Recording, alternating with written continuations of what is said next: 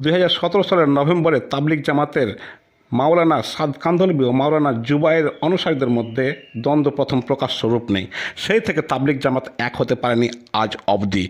পরিণামে ভাগ হয়েছে টঙ্গীর বিশ্ব ইজতেমা ময়দান। অথচ আমরা সবাই জানি ইসলাম শান্তির ধর্ম।